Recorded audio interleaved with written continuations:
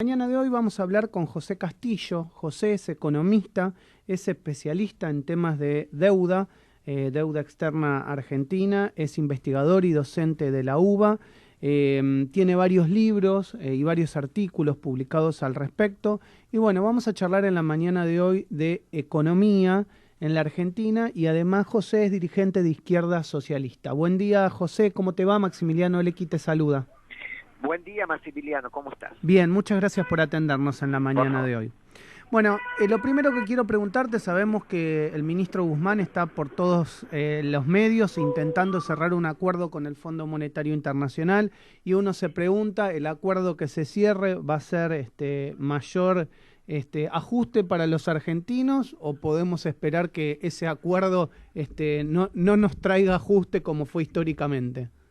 A ver, todos los acuerdos que cerró el Fondo Monetario Internacional con absolutamente todos los países del mundo desde que nació el acuerdo de Bretton Woods de 1944, o si queremos todos los que cerró con la Argentina desde que la Argentina entró al fondo en 1956, sin excepción, han sido acuerdos de ajuste, porque para eso existe el fondo, ¿no? O sea, el fondo es una auditoría internacional, una agencia que lo que trata de garantizar es que el país que firme el acuerdo se achique internamente para generar los dólares para pagar vencimientos internacionales, sea con acreedores privados o sea con el propio fondo. En este momento, encima, la Argentina tiene una deuda con el propio fondo, claro, de 44.000 millones de dólares, que sumado los intereses son 49.000, es un número récord, así que no hay ninguna posibilidad de que ese acuerdo no vaya acompañado de medidas de ajuste, ¿no? De un plan de ajuste, como ha sido siempre. Y ese acuerdo, algunos dicen que se busca que se prolongue a 10 años y se está hablando, bueno, obviamente de los 49.000 millones de dólares, es una simple cuenta, dividirlo en 10 años, estaríamos pagando un número poco pagable para los argentinos y el gobierno buscaría extenderlo a 20. ¿Cuál es tu criterio? Si se extiende a 20, ¿se puede pagar? ¿Realmente habría que hacer una investigación profunda de dónde fue a parar ese dinero que se pidió hace algunos años con el gobierno de Macri? ¿Deberíamos pagarlo sabiendo que el fondo nos presta, sabiendo que no lo vamos a poder devolver? ¿Qué tendríamos que hacer, digamos, como argentinos frente a esta, como vos decías, a esta deuda tan lamentable que se pidió y que no sabemos cómo pagar? A ver, yo no diría que hay que hacer una investigación muy profunda. Está absolutamente claro que el total de el dinero ingresado por el acuerdo con el fondo, que fue, recordemos, en junio del 2018, se hizo entre el 2018 y el 2019, el total, el 100% de ese dinero coincide con la fuga de capitales de esos 2 años. O sea, se utilizó para fuga de capitales y además incluso hasta está identificado los actores de esa fuga, ¿no? O sea, fondos buitres internacionales, fondos internacionales que habían sido invitados a participar de la fiesta de los bonos por el mismo ministro de Economía de entonces. Estamos pensando en fondos como Templeton, como PIMCO. O sea, el acuerdo con el fondo que fue firmado incluso por fuera de lo que era la propia legislación del propio fondo, claro, que además se usó para esto, para mí es de nulidad absoluta y lo que correspondería hacer es directamente negar su pago, ¿no? O sea, que es de nulidad absoluta, esto hasta lo reconocía el propio Alberto Fernández en la campaña electoral en aquel momento. Lo que pasa es que después el gobierno aceptó entrar en la negociación y en este recorrido de los pagos. Ahora, ¿qué se está planteando? El ministro Guzmán dice, baja el ministro Guzmán, el gobierno, algunos sectores del gobierno dicen, bueno, hagamos un acuerdo a 20 años. Claro, como vos bien decís, 49.000 millones de dólares repartidos en 20 años y encima planteando que durante los primeros 5 no se pague nada, daría la sensación de que podría ser algo más o menos tolerable. En última instancia no lo es, pero pongámosle que sí.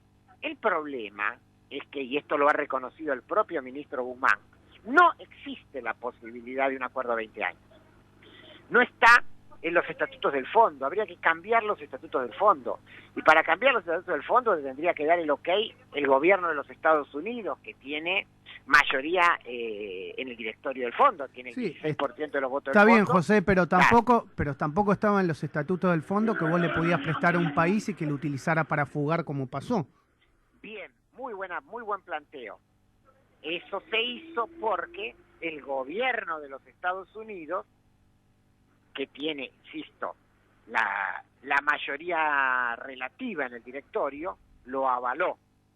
O sea, ¿se podría hacer un acuerdo a 20 años? Yo te diría, se podría, hay que cambiar los estatutos del fondo. Bien, ¿cómo se cambian los estatutos del fondo? Con el voto a favor de los Estados Unidos. Ah, bien. Hacia ahí está la discusión, digamos. ¿Se puede hacer un acuerdo a 20, a 30 o 40 años, a cualquier cosa? Sí, si Estados Unidos te lo hace.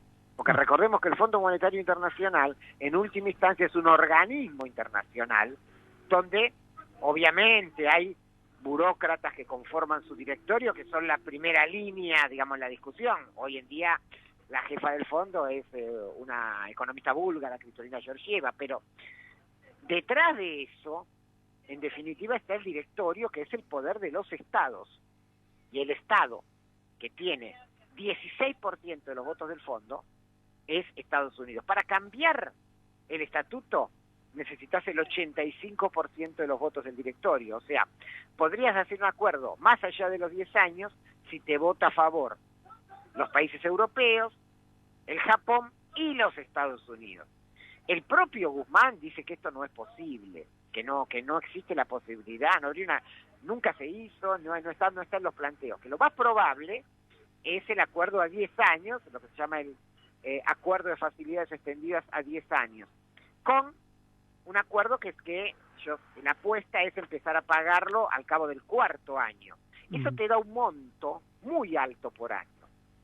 Te da un monto de tener que pagar casi 10.000 millones de dólares por año, que es evidentemente impagable. O sea, si se firme el acuerdo con el Fondo Monetario, que probablemente se retrase y no se firme en estos meses, ¿no? Producto incluso de la situación electoral, lo que va a terminar pasando es que se va a acordar un plan de ajuste que va a limitar cualquier posibilidad de reactivación de una economía argentina que está muy, muy recesiva, pero por el otro lado, cuando se tenga que empezar a pagar, pongámosle año 2024, el gobierno que esté, sea este o el que viene, no importa, se encontraría en una situación muy parecida a la de Alberto Fernández cuando asumió, o sea, una montaña de vencimientos imposible de cumplirlo. No nos olvidemos que también están los vencimientos privados del acuerdo que se hizo con los acreedores firmados en agosto del año pasado, que también empiezan a vencer fuerte en el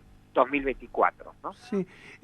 Y déjame preguntarte algo respecto al futuro, porque la verdad que los argentinos hace muchos años que entramos en esta decadencia de toma de deuda y que muchas veces, y que claramente cada vez nos ha ido peor, es decir, no nos ha ido mejor por tomar deuda. A ver, uno lo lleva a su vida particular. Si a vos te sacás un crédito hipotecario y te compras una casa y la podés pagar, y el día de mañana ahorraste unos pesos y te compraste una segunda casa, eso quiere decir que te fue mejor y el crédito te sirvió para crecer a nivel personal o a nivel familiar. A los argentinos, desde que tomamos deuda, no nos va muy bien. Cada vez nos está yendo peor y basta ver los números de pobreza, de desocupación, de indigencia. No tenemos ningún mecanismo a nivel interno para que, la verdad que los que toman deuda y nos dejan en esta situación tengan alguna responsabilidad civil, penal, administrativa, si querés, algún tipo de responsabilidad por lo que hacen y las generaciones que comprometen. Mira, como bien decís, el tema del endeudamiento externo argentino, que empezó en la época de la dictadura militar y que lamentablemente todos los gobiernos avalaron, pagaron y después la deuda siguió creciendo, es el nudo, digamos, como un solo dato de todos estos que vos señalás. Nosotros tenemos hoy el mismo PBI per cápita de 1974, o sea, esto refleja un medio siglo de decadencia argentina que coincide con el periodo de endeudamiento que se da desde la dictadura para acá. Ahora, varias veces, digo, para ser claro, porque si no sería injusto, seríamos injustos con algunas personas. Por ejemplo, Alejandro Olmos, Sí. una persona que ya falleció, hizo una investigación impecable sobre el origen de la deuda externa argentina, lo llevó a la justicia, un juez, el juez Ballesteros, declaró en un fallo en el año 2000 la barbaridad de la deuda e incluso puso quiénes eran con nombre y apellido los responsables, entre ellos estaba, bueno, Martínez de Oz, nada menos, y el juez Ballesteros, ¿qué termina diciendo? Bueno, pero como pasaron tantos años, prescribió. Por lo tanto, no se pueden hacer acciones penales en aquel momento contra Martínez de Oz, y para los políticos, o sea, ¿qué se hace con la deuda? Remitió el fallo al Congreso. El fallo duerme en el Congreso. Claro. Después hubo otro juicio con respecto al megacanje del año 2001, hecho por Cavallo y Federico Sturzenegger, el que después fue presidente del Banco Central en la época de Macri. También se demostraron una cantidad de barbaridades y quedó en la nada. A mí no me extrañaría que en los próximos años hubiera un juicio contra Macri, contra Caputo. Ese juicio probablemente se haga y una vez más demostraría lo mismo que decíamos antes, o sea, demostraría el negociado de este periodo del endeudamiento. Ahora, y después queda en nada, en términos penales concretos sobre las personas, porque es verdad que nadie ha ido preso a lo largo de todo este recorrido, y también políticos, porque el gran tema es si alguna vez vamos a sacar la conclusión que si esto es ilegal, inmoral, ilegítimo, hay que tomar la decisión política de repudiarlo, no pagarlo y utilizar ese dinero para las necesidades populares. Mira, esta semana, el primero, cae el 1 de mayo, el lunes que viene Argentina va a pagar $300 millones de intereses al fondo. Ya pagó otros 300 en febrero. 600 millones de dólares, más los pagos que hizo a otros acreedores. Este año ya Argentina lleva 1.100 millones de dólares de pago de deuda en pandemia. Eso es 150.000 millones de pesos. Alcanzaría para una cuota nueva del IFE a todos los 9 millones de personas que cobraban el IFE el año pasado. Se podría haber repartido así esa plata, y sin embargo, esa plata va una vez más, ¿no?, a manos de los pulpos acreedores de siempre. Ese es el drama, diríamos, de fondo de la historia reciente argentina, ¿no?, de la Argentina del último medio siglo. Sí, la verdad que es sumamente interesante lo que contás y la descripción también histórica de los fallos que ha habido y cómo duerme en el Congreso, digamos, ese famoso fallo del juez Ballesteros impulsado por Olmos. Respecto a la comparación con otros países, yo sé que son odiosas, pero también vale la pena hacerlo. Hay otros países que siguen creciendo o que van creciendo, que también toman deudas, pero esas deudas se les transforman como impagables. ¿Cuál es la diferencia que tienen otros países que han tomado deuda, la han invertido en otra cosa, o realmente toman menos deuda de lo que toma la Argentina? La Argentina es uno de los principales tomadores de deuda. Contanos eso. Bueno, a ver, ha habido de todo, ¿no? Por supuesto, el proceso de endeudamiento de la década del 80 fue un proceso general latinoamericano que en su momento generó una crisis en todos los países. Ahora, tomar deuda, un país o una persona, no es malo en sí mismo, ¿no? Si vos tomás un crédito para, no sé, construirte una casa, y obviamente lo vas pagando, o, digamos, una persona necesita comprarse un electrodoméstico, vamos a hacerlo algo fácil, y lo compra con ahora 12. Bueno, está tomando un crédito. Sí. O sea, ese no es el problema. El problema es cuando, las deudas son truchas, o sea, pasás a estar endeudado de algo que vos nunca recibiste, como que te llegara, como si le llegara a la casa del oyente, que a veces pasa, ¿no?